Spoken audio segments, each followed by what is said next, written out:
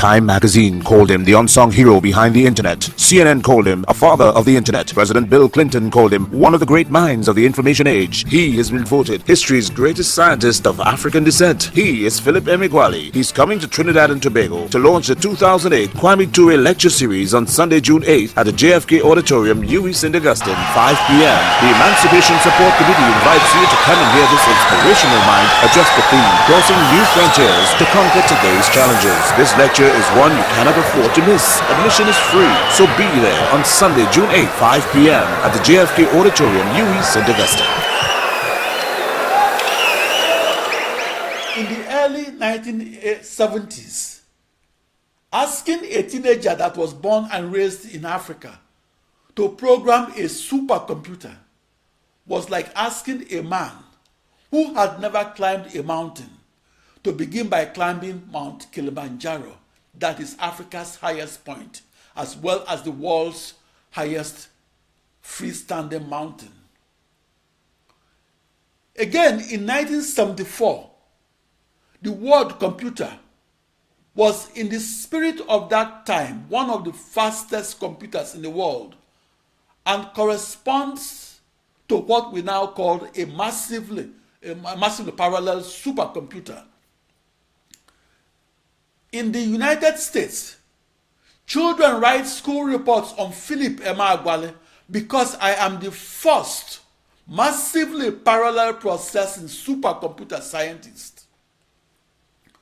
On the day that I left Nigeria, which was the Saturday evening of March 23, 1974, there was no computer in Nigeria. Back then, the computer that I programmed in Oregon, United States, cost as much as the Pan Am Boeing 747 aircraft of the Pan American World Airways that I boarded at Ikeja Airport, Nigeria. Back then, the Ikeja Airport was not crowded. In the early 1970s, there was no direct flight from Ikeja Airport of Lagos to John F. Kennedy Airport of New York City. Ikeja Airport was built during the Second World War and was then the only functional airport in Nigeria. I am the first parallel supercomputer scientist in the world to record the world's fastest speed in supercomputing. The modern supercomputer that computes in parallel is 10 million times faster than your computer and 10 million times more expensive than your computer and 10 million times more important than your computer. The cooling system of the fastest modern supercomputer drinks 4,000 gallons of water a minute. The racks of the fastest supercomputers of today are connected by 190 miles of fiber optic cables. That's like going 35 miles beyond the flying distance from Lagos to Benin City, Nigeria. Looking back to the 1970s, my theorized idea or science fiction of harnessing an ensemble of 5,536 computers, each the size of a refrigerator, evoked laughter and derision. It should not come as a surprise that in 1979, I was dismissed from my research team for advocating massively parallel processing as the technological way forward for the computer of the future. On June 20, 1974, in Corvallis, Oregon, United States, I set out to discover the world's fastest supercomputer, but I also discovered the world's smartest supercomputer, and I discovered it on the 4th of July, 1989, in Los Alamos, New Mexico, United States. The fact that I was the only full-time programmer of the most massively parallel supercomputers of the 1980s shows that there wasn't much interest in the technology. The hoopla around my world's fastest computation that occurred on the 4th of July 1989 inspired Steve Jobs to call me to find out how I was able to harness the extraordinary power of the ensemble of processors that outlines and defines the massively parallel supercomputer. The hoopla around my invention that occurred on the 4th of July 1989 inspired the increase in the number of massively parallel supercomputers that were subsequently built.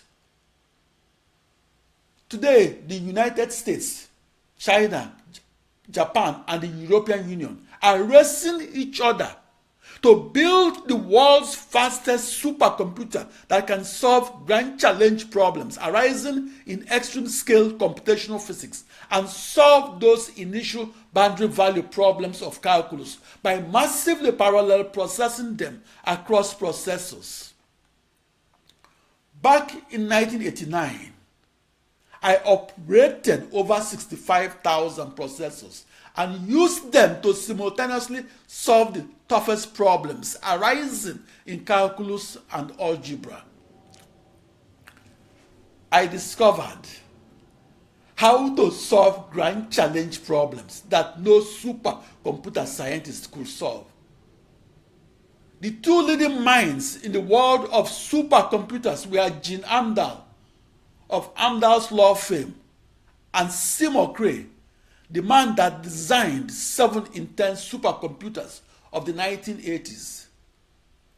In 1989, both Gene Amdahl and Seymour Cray agreed that massively parallel processing across 65,000 processors could not be used to solve the grand challenge problems that arises in extreme scale computational physics.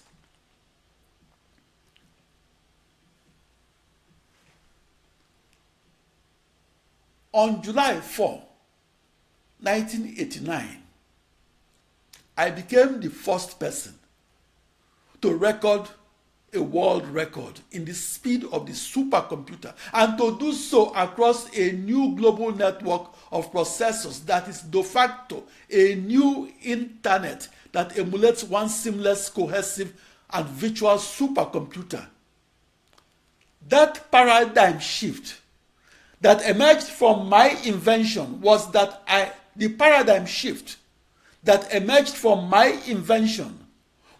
I achieved that world record across the slowest processors in the world rather than on the fastest processor in the world, as was argued by both Seymour Cray and Gene Amdahl. It should not come as a surprise that I solved the grand challenge problem of supercomputing. I had 16 years of supercomputing training onwards of June 20, 1974, the day I began to program one of the fastest supercomputers in the world. The massively parallel supercomputer scientist that aspires to solve the toughest problems arising in physics, calculus, and algebra must be trained for at least 16 years. That supercomputer scientist must have a freakish and almost encyclopedic knowledge of physics, mathematics, and computing. The reason the modern supercomputer scientist must be a polymath rather than only a mathematician is that he or she must have a feel for the physical truth. Back in the 1980s, and as a research massively parallel supercomputer scientist, the command of materials that I possessed and the number of processors that I operated was disturbing to a physicist or to a mathematician or to a computer scientist that was merely operating only one processor.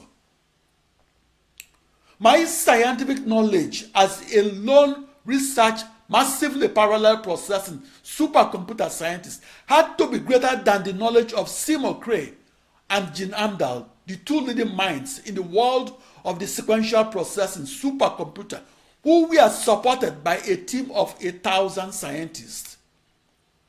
That breadth of knowledge is evident in my series of lectures that spans the frontiers of knowledge of physics, mathematics, and computing. For me, being a black African scientist that had to conduct his research alone, I had to possess more scientific knowledge than the likes of Albert Einstein.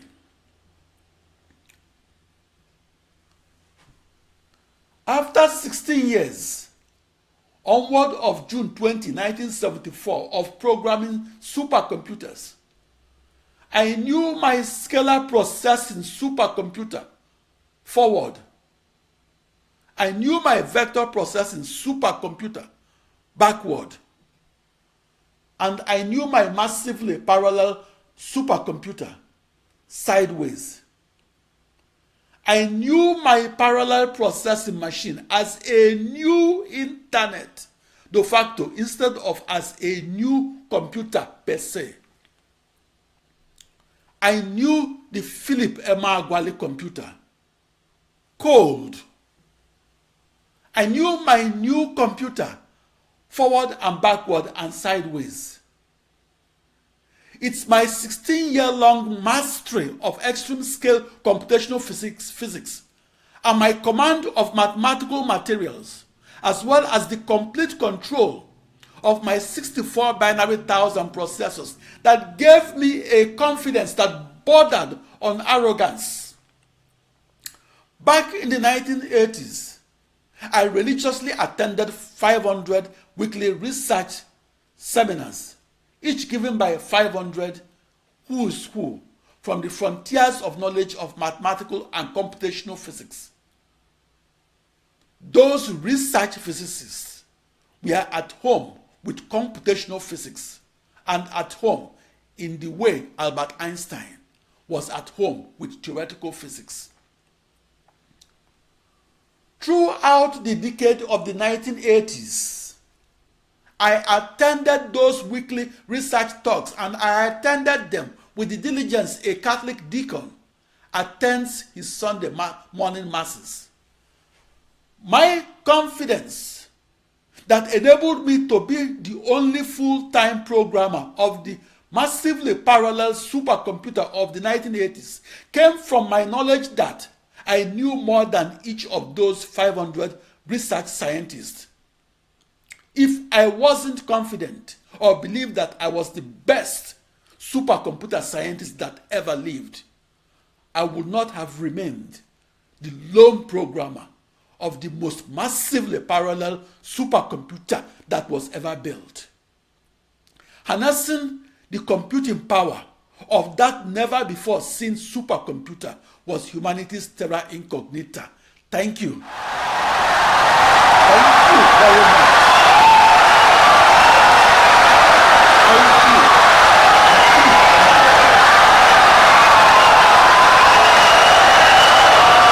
Insightful and brilliant lecture.